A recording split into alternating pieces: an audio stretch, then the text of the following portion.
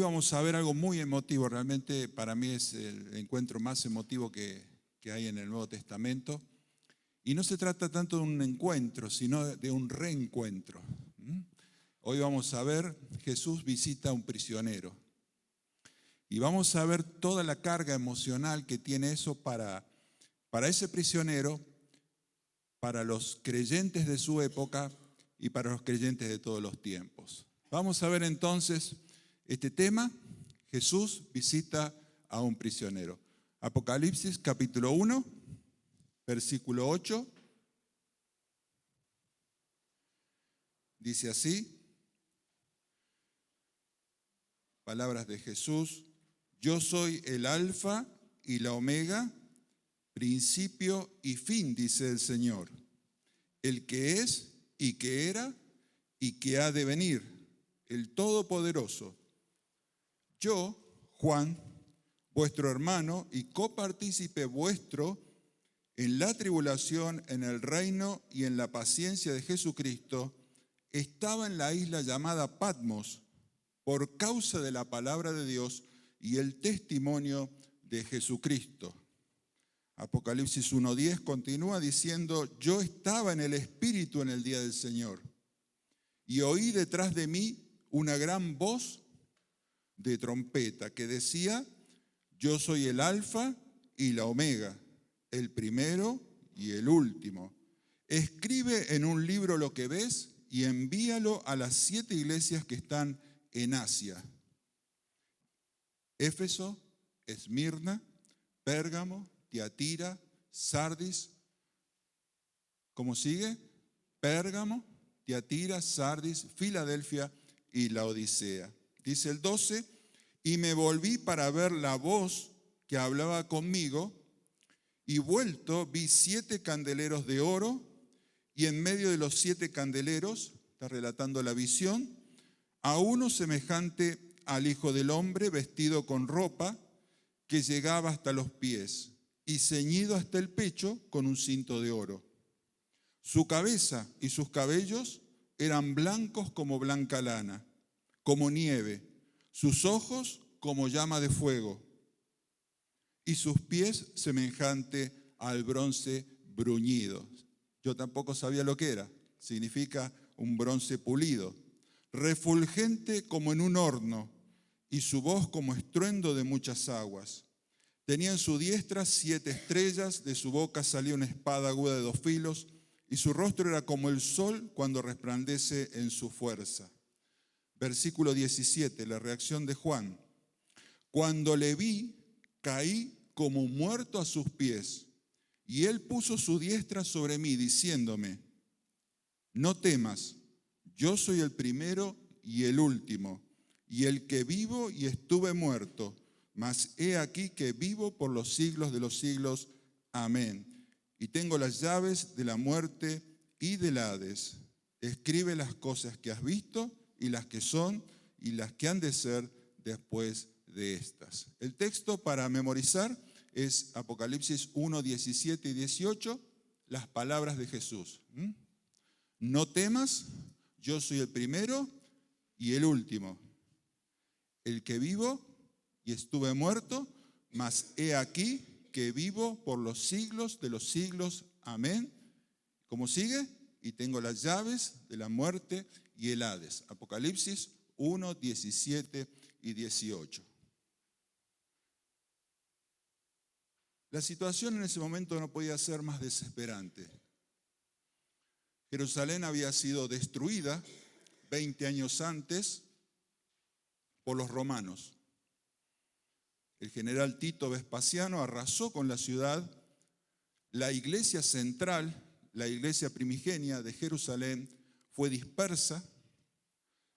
La nación había sido totalmente arrasada por los romanos. Los apóstoles ya estaban todos muertos. Algo que llama la atención es que nunca habla Juan de su hermano, el primer mártir de la iglesia, allí en el capítulo 12, o el segundo, el primero fue Esteban. Y Jacobo comenzó la larga fila de aquellos que iban a morir por causa de la fe de Cristo. Su hermano había muerto por lo menos 50 años antes. Y solamente quedaba él. Solamente estaba él. ¿Cómo era la situación en ese momento? Decía desesperante. Todos los apóstoles muertos, los cristianos perseguidos, porque ya no seguían al paganismo de la sociedad romana. No tenían un Dios visible, lo que provocaba la ira de aquellos que adoraban a los dioses y vendían justamente todos los souvenirs y vivían de la adoración de los dioses. ¿Qué otra característica? Ellos proclamaban, los cristianos, la igualdad de todos ante Dios, lo que amenazaba el orden de la sociedad romana, que ustedes saben estaba construida sobre la base de una aristocracia que usaba a los esclavos para su beneficio y para todas las tareas manuales. ¿Cómo es esto que todos somos iguales? No acudían a fiestas paganas, se reunían de noche, lo cual suponía que podían estar tramando un complot, porque ¿quiénes se reunían de noche? Los complotadores, los enemigos de Roma. Eran personas que provocaban desconfianza, eran raros. Eran personas que estaban siendo miradas como desleales al imperio, y entonces había comenzado y se había desatado bajo el emperador Domiciano, que es cuando Juan está preso, una tremenda persecución. ¿Qué pasaba en las iglesias? Bueno, las iglesias eran cristianos ya de segunda, tercera y cuarta generación de la primera iglesia de Hechos de los Apóstoles. Algunas habían dejado el primer amor, como dice ahí la carta a Éfeso en el capítulo 2. Otras habían tolerado herejías en su interior, que las estaba corroyendo y destruyendo. La situación era desesperante. Necesitaban ánimo urgente. Necesitaban saber si realmente esto por lo cual estaban sufriendo era una verdad o no. ¿Cuál era la situación de Juan? Bueno, Juan estaba cumpliendo su condena en la colonia penal de Patmos. Jesús visita a un prisionero porque Juan estaba preso a los 90 años en la colonia penal de la isla de Patmos. Lo hemos leído. La isla de Patmos tiene 10 kilómetros de ancho por 16 de largo y está a 60 kilómetros de la costa de Turquía. Justamente allí en Turquía están las 7 iglesias que se menciona en el Apocalipsis. Allí estaba Juan en un régimen que dicen los historiadores era un régimen de mucha dureza, ya que tenían que trabajar durante el día, tenían poca comida y a la noche dormían en el piso. Y el anciano Juan, con sus 90 años, dice que estaba allí, en la isla, en la colonia penal de Patmos, no por causa de, como dice Pedro, ninguno padezca como malhechor, como homicida, como ladrón o por entrometerse en lo ajeno. No por causa de algún delito, sino que Juan estaba allí en la colonia penal de Patmos, dice, y hemos leído, por causa de la palabra de Dios, estoy leyendo el 1:9, y el testimonio de Jesucristo. Estaba sufriendo injustamente, pero dice que estaba siendo copartícipe de las aflicciones de sus hermanos. No era el único. Dice el 1:9, yo Juan, vuestro hermano, y copartícipe vuestro en la tribulación, en el reino y la paciencia de Jesucristo. Estaba en la isla llamada Patmos. ¿Por qué? Por causa de la palabra de Dios y el testimonio de Jesucristo. No era un preso político, no era alguien que dudaba o hacía dudar de la autoridad constituida en Roma. Estaba padeciendo como cristiano por enseñar la palabra de Dios. Se dice que era un miembro más del reino de Cristo que estaba sufriendo injustamente. Él mismo se proclama consiervo, porque dice vuestro hermano, copartícipe. Dice, soy uno más también que estaba sufriendo. Estaba en una situación de injusticia allí en la isla de Patmos. Y entonces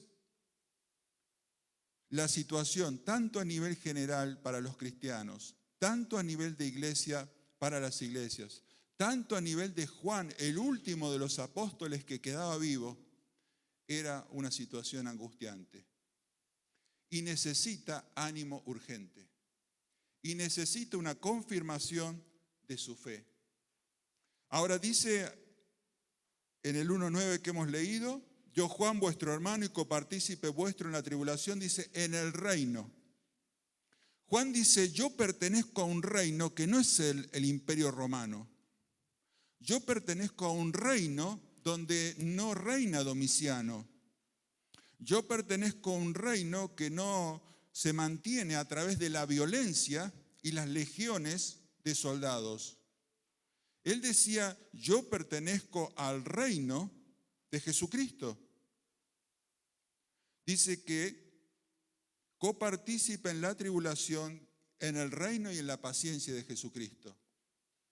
Él pertenecía, se identificaba como perteneciente al reino de Jesucristo. Ahora, es impresionante lo que va a suceder. Este hombre que estaba, dice, en el espíritu, es decir, a pesar de toda la situación, a pesar de poder pensar en las glorias pasadas y en la miseria presente, él estaba en el espíritu, él estaba orando, él estaba esperando en Dios. Y habíamos hablado y habíamos comentado algo el domingo pasado acerca de que el apóstol Pedro también usa 2 veces en el 1:6 de la primera carta, en el 4 y en el 5:10, padecer por un poco de tiempo. Y la Biblia nos dice que ningún padecimiento es eterno. Si bien podemos padecer quizá a lo largo de toda esta vida, con Cristo allí en su reino eterno, no hay más llanto, ni clamor, ni dolor, ni lágrimas. Y es entonces que Pedro habla cuando le dice a los cristianos, dice, aunque si tienen que padecer, si es necesario y por un poco de tiempo, dice en el 1:6. ¿Recuerdan lo que dice en el 5:10? Más el Dios, ¿cómo es?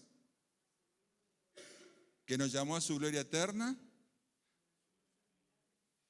Bien. Dice, ¿quién me lo lee? Después que hayáis padecido un poco de tiempo, os perfeccione, afirme, fortalezca y establezca. Pero no está de más, vamos a leerlo. ¿Lo quiere leer, Liliana? 5:10.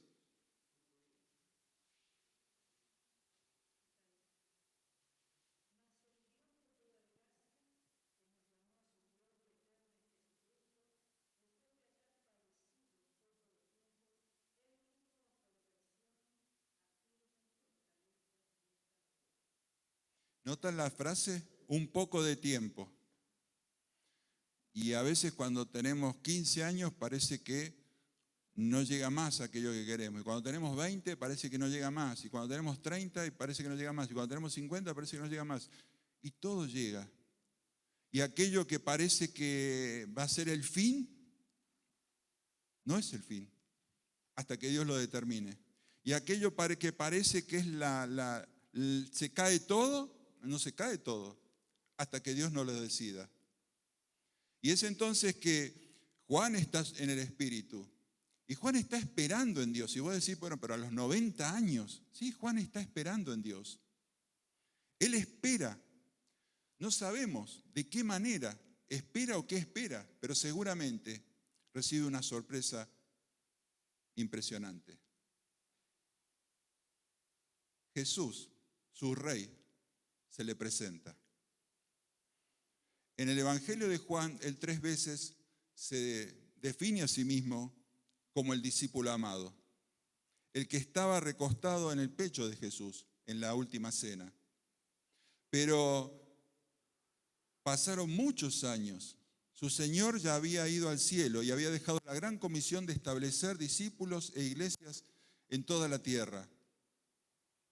Aquello parecía un recuerdo borroso después de tantas décadas. Pero el Señor no se había olvidado de Juan. Juan necesitaba aliento, Juan necesitaba ánimo, Juan necesitaba una revelación nueva. Y es entonces que se presenta delante de Juan, no como el Cristo crucificado, amoratado, lacerado, sino como el Cristo glorioso que vive, un Cristo vivo. Y entonces le dice en el 1:8, yo soy el alfa y omega, principio y fin, dice el Señor, el que es y que era y que ha de venir, el Todopoderoso.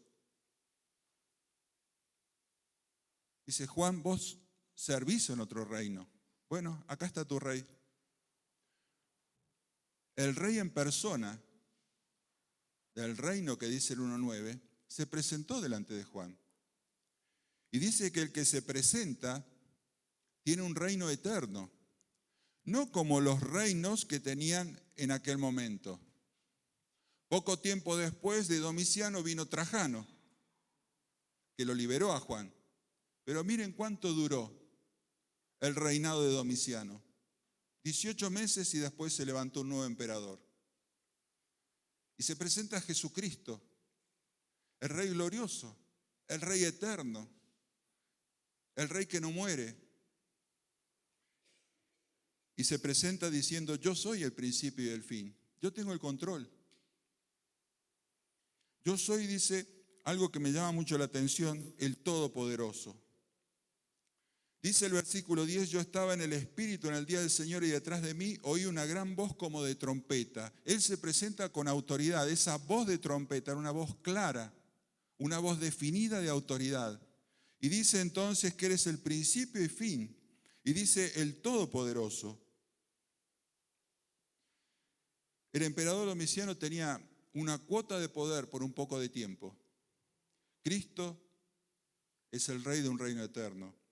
Dice Isaías 44:6, para que nosotros comprendamos que Jesucristo es Dios, y eso no debe haber ninguna duda que es el verdadero Dios y la vida eterna. Decir otra cosa es una herejía. Dice en Isaías 44:6, así dice Jehová, Rey de Israel y su Redentor, Jehová de los ejércitos. Yo soy el primero y yo soy el postrero, y fuera de mí no hay Dios. Noten ustedes que Jesucristo se atribuye la misma frase. Jesucristo está citando las mismas frases que escuchó Isaías y dice, yo soy el primero, yo soy el postrero, yo soy el Todopoderoso. Cuando Juan estaba a punto de fallecer a sus 90 años, cuando ya la situación se estaba por tornar caótica en las iglesias de Turquía, Asia dice la Biblia, Jesucristo se presenta y dice, por sobre los reinos de este mundo hay otro reino, que es el reino eterno. Y he aquí el rey en persona. Y he aquí que es un rey distinto, porque no es un rey con una corona de laureles, es un rey glorioso. Y dice entonces, escribe. Notemos lo que dice el versículo 11. Yo soy el alfa y la omega, el principio y el último. ¿Y cuál es la orden? Escribe. El versículo 19 dice lo mismo. Escribe las cosas que has visto. Escribe. Y no solo tenía que escribir, sino que tenía que enviar 7 cartas. Y hemos dicho, las 7 cartas a estas 7 iglesias que estaban frente a las costas de la isla de Patmos, allí en Turquía. Y le dice, escribe para Éfeso, escribe para Esmirna, escribe para Pérgamo, escribe para Tiatira, escribe para Sardis, escribe para Filadelfia, escribe para la Odisea, porque yo no me olvido de ninguna de mis iglesias. Y dice, escribe también para Esmirna, porque allí Antipas, mi testigo fiel, fue asesinado, dice en el 2:13 de Apocalipsis. Las situaciones. Él detalla, porque sus ojos son como llama de fuego, Él detalla la situación en cada iglesia. Y Él conoce la situación en el lugar donde todos los hijos de Dios se reúnen. Por eso la Biblia dice que el Señor no solo ve lo externo, sino que discierne las intenciones del corazón. Y Jesús le está diciendo a Juan, escribe porque tengo un mensaje para las iglesias en las que has ministrado y que están desfallecientes porque saben que vos estás preso en la isla de Patmos.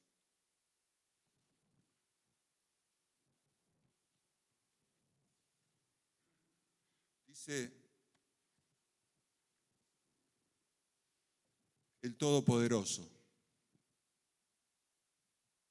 El Todopoderoso, ¿por qué? Bueno, es muy difícil explicar esto, ¿no? O sea, en términos humanos somos limitados en tiempo, en espacio, y tenemos un periodo sobre la tierra muy cortito. Pero Jesús se llama el Todopoderoso porque venció la temida muerte, lo que temen todos los hombres y las mujeres de este mundo. Dice en Romanos 6, 8 y 9, y si morimos con Cristo, creemos que también viviremos con Él, sabiendo, dice el apóstol Pablo en Romanos 6, 9, que Cristo, habiendo resucitado de los muertos, ya no muere. La muerte no se enseñorea más de Él. Yo presté atención a las canciones que se cantaron y la iglesia canta de esto. La iglesia canta de aquel que vive por los siglos de los siglos. La iglesia canta de aquel que dice, yo soy el que vivo y estuve muerto, mas he aquí que vivo por los siglos de los siglos, amén, y tengo las llaves de la muerte y del Hades. La iglesia adora a aquel que venció la muerte y que la muerte no le puede dañar. Y dice entonces que la muerte no se enseñorea más de él. Solo Cristo tiene las llaves de la muerte y del Hades. Y uno dice, bueno, ¿qué quiere decir eso? Bueno, es una figura de control, de dominio. Él es el que tiene el dominio del estado de la muerte. ¿Por qué? Porque venció la muerte. Él es el que tiene el control del lugar de los muertos, el Hades. ¿Por qué? Porque ya nadie que confía en Cristo va al sepulcro y al lugar de los muertos, sino que va al cielo. Y dice que Él tiene las llaves de la muerte y del Hades. Y Él se proclama victorioso. Y Él se presenta de esta manera ante Juan. Ahora, nosotros podemos ver la visión en el 1:12 al 16. Y dice, y me volví, Apocalipsis 1:12, vamos a leer hasta el 16 y vamos a reflexionar en algunas cosas sobre la visión. Dice, y me volví para ver la voz que hablaba conmigo. Y vuelto, dice, vi 7 candeleros de oro. Después en el 1:20 explica que esos 7 candeleros de oro son las 7 iglesias a las cuales tenías que escribir las cartas. Y en medio de los 7 candeleros, a uno semejante al Hijo del Hombre, vestido de una ropa que llegaba hasta los pies, y ceñido por el pecho con un cinto de oro. Su cabeza y sus cabellos eran blancos como blanca lana, como nieve, sus ojos como llama de fuego, sus pies semejantes al bronce bruñido, refulgente como en un horno. Dice, su voz como estruendo de muchas aguas, como una catarata. Tenía en su diestra 7 estrellas, de su boca salió una espada aguda de 2 filos y su rostro era como el sol cuando resplandece con fuerza. Por una cuestión de tiempo no vamos a entrar muy en detalle de cada aspecto, pero sí sabemos que, y dice en el 1:20, que los 7 candeleros de oro eran las 7 iglesias. Y dice que Cristo se paseaba, estaba en medio de esos 7 candeleros de oro. Ahora es muy interesante que hemos leído en el capítulo 1, el versículo 13, vestido de una ropa que llegaba hasta los pies y ceñido por el pecho con un cinto de oro. Está describiendo, si nosotros leemos allí en el libro de Éxodo y Levítico, está describiendo la vestidura del sumo sacerdote. Y es muy bueno esto, porque Juan no solamente vio a su rey, Jesucristo no solo se presenta como el rey, sino como el sumo sacerdote, el cual intercede por cada uno de nosotros, como dice también en el resto del Nuevo Testamento, sobre todo en la carta a los Hebreos. Y allí dice, porque no tenemos un sumo sacerdote que no pueda compadecerse de nosotros. Por eso estaba Jesucristo con Juan, sino uno que fue tentado en todo según nuestra semejanza, pero sin pecado. ¿Qué dice entonces? Acerquémonos confiadamente al trono de la gracia para alcanzar misericordia y hallar gracia para el oportuno socorro. Eso está en Hebreos 4, 15 y 16. Juan vio al rey en su esplendor, pero también Juan vio al sumo sacerdote, aquel que estaba intercediendo por él y aquel al cual podía acercarse confiadamente. Y dice que su cabello blanco habla de sabiduría, sus ojos como llama de fuego conocen las intenciones humanas. No hay cosa, recuerden lo que dice en Hebreos 4.13, el 4.12 cuando habla de la palabra de Dios. Y el 4.13 dice, no hay cosa creada que no sea manifiesta en su presencia. Antes bien, todas las cosas están desnudas y abiertas ante los ojos de aquel a quien tenemos que dar cuenta. Sus ojos como llama de fuego. Por eso cuando hacemos algo malo en la intimidad, sin que nadie lo sepa, si somos verdaderos cristianos, no podemos sentirnos bien, porque sabemos que sus ojos son como llama de fuego. Por eso es que muchas personas han tenido en un momento de su vida, rebelde, desordenada, desviada, un tremendo terror, tremendo temor, porque saben que Dios ha estado mirando sus maldades y pecados y porque sus ojos son como llama de fuego. Por eso es que Él nos invita a arrepentirnos. No es que no hay solución para el pecado, pero sí, Dios no tolera el pecado. Y Él conoce todas las cosas. Su lengua dice como espada para pronunciar juicio y castigo. Su rostro como el sol. Su rostro como el sol. Dice al final del versículo 16, resplandece, era como el sol cuando resplandece en su fuerza. Ya no quedaba nadie de testigo de su crucifixión, pero si no, alguien hubiera dicho, no, sí, yo lo vi a Jesús allí colgado en la cruz, su rostro desfigurado, amoratado, su cuerpo todo lleno de heridas. Y Juan podrá decir, pero yo vi al Señor y no era ese su rostro. Porque ahora ya no es el rostro desfigurado, es el rostro resplandeciente del que venció la muerte. Y dice entonces lo más importante, el 1:17,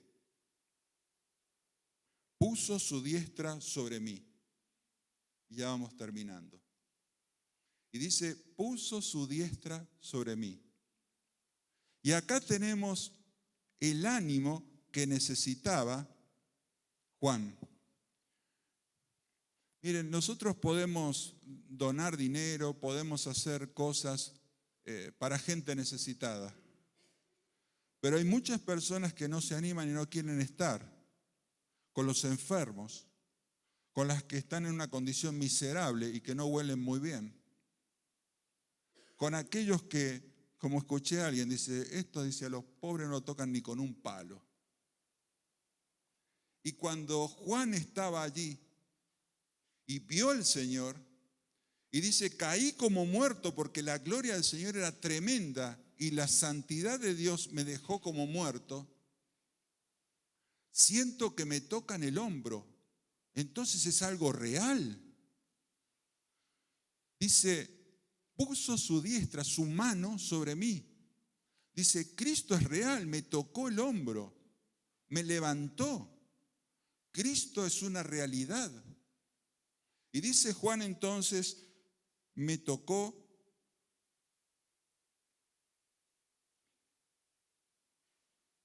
Y entonces le dijo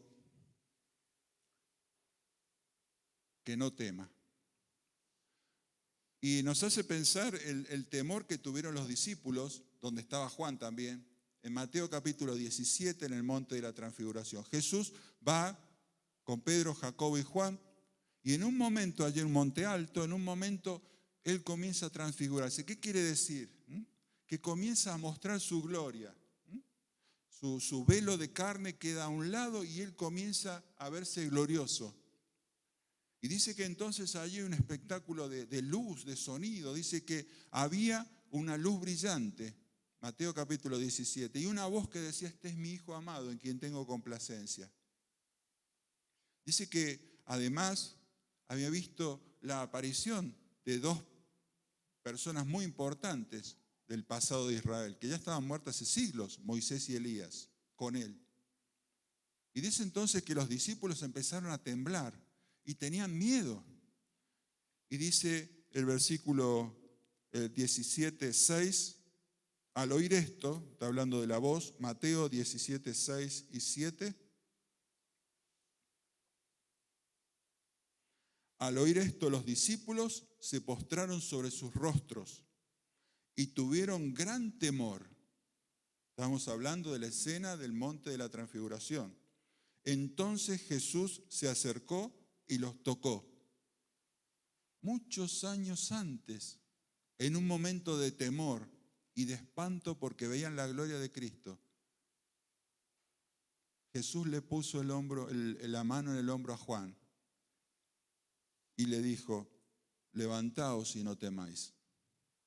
Mucho tiempo antes él ya había vivido esta experiencia, cuando la gloria de Cristo se le apareció allí en el monte, como dice también en la segunda carta de Pedro, capítulo 1, hablando acerca dice, nosotros estuvimos en el Monte Santo y vimos entonces la transfiguración y oímos la voz que hablaba con él, dice en ese capítulo.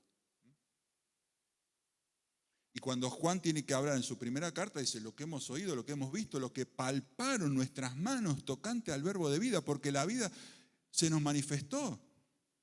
Y dice entonces que este mismo Jesús, ya casi al final del siglo I, se le presenta y le dice a Juan, levántate.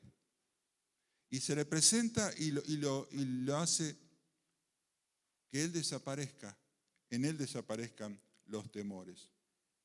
Y este es el mensaje para hoy, para terminar. Este es el mensaje para hoy. En primer lugar, Cristo es el primero y el último. Pasarán situaciones, pasarán gobiernos, pasarán cosas buenas, pasarán cosas malas. Pero Cristo es el único que tiene un reino eterno. Cristo es aquel que está reinando y sus propósitos se están cumpliendo. Luego tenemos que saber que no es alguien como dicen, bueno, Dios está allá en el cielo y bueno, y que acá en la tierra que cada uno se arregle como pueda. Él estaba pendiente de lo que pasaba en cada una de sus iglesias. Él estaba con su pueblo. Él podía identificar a cada uno que estaba sufriendo y a cada uno que estaba siendo martirizado. Y él decía con voz de ánimo para estas 7 iglesias que estaban padeciendo y que estaban también algunas ya descarriándose por falta de un espíritu de adoración. Dice que Él está, que los conoce y que está presente con su pueblo. Y hemos visto entonces que Juan, ya al final de su vida, se encuentra que aquello que vio y que vivió 50, 60 años antes, nunca dejó de ser una realidad. Y que Juan allí preso en la colonia penal de Patmos, tiene la visita del Rey de Reyes Y ese Rey de Reyes le toca, ese Rey de Reyes le pone la mano sobre el hombro. Y ese Rey de Reyes tiene una palabra para él y para todas las iglesias. No teman. Y este es el mensaje del Evangelio. El mayor enemigo de todos es la muerte. Podrás tener mucho dinero, mucha salud, muchos amigos, muchos seguidores en las redes sociales, pero la muerte acaba con todo. La muerte es la que termina con todo. Y Cristo dice que Él ha vencido la muerte. Cristo dice que Él tiene las llaves de la muerte. Él abre la puerta del cielo para que luego de la muerte aquellos que son de Cristo estén para siempre con Él. Y es entonces que el mensaje para la iglesia que necesitaba en ese momento es el que en este momento necesitamos todos.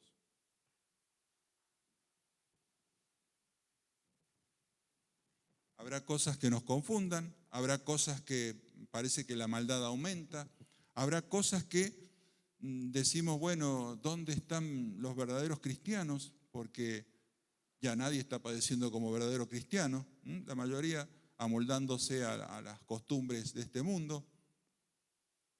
Pero lo más importante es saber que el mismo Cristo que se le apareció a Juan es el Cristo al que servimos, al que predicamos, al que adoramos y al que veremos cuando estemos más allá de esta vida. Mientras tanto, ¿qué dice? No temas, no temas. Miren, hay tantos, yo los leí en la Biblia, hay casi 50 expresiones donde Dios dice no temas. No les voy a traer las 50 expresiones, pero por ejemplo dice en Deuteronomio 31:8, el Dios que se manifestaba en el Antiguo Testamento, Jehová va delante de ti, estará contigo, no te dejará ni te desamparará, no temas ni te intimides. Hechos 18:9, entonces el Señor dijo a Pablo en visión de noche, no temas, sino habla y no calles. Apocalipsis 2:10, no temas nada en lo que vas a padecer. Tenemos que salir con la frente en alto del culto. Tenemos que salir con la convicción de que no hay nada ni nadie en este mundo que nos puede apartar del amor de Dios. Tenemos que salir con la seguridad de que no hay nada que nos pueda hacer temer, ni una mala noticia respecto a nuestra salud, ni una mala noticia respecto a nuestra economía, ni una mala noticia respecto a los afectos. El mensaje de Dios es no temas, no temas, porque Cristo ha vencido. Cristo está en autoridad y Cristo es el Rey que pronto viene a buscar a los suyos. Que le podamos esperar como estaba Juan, en espíritu, aguardando entonces ese encuentro tan maravilloso que tuvo con el Señor de la Gloria, que lo fortaleció, que lo animó y que también le dio un mensaje, porque 2 veces se dice escribe, para las iglesias a las cuales él estaba ministrando. Cristo estaba en su trono, Cristo estaba gobernando. Ánimo, hermanos, le decía, Cristo viene para poner cada cosa en su lugar. Que el Señor les bendiga. Amén.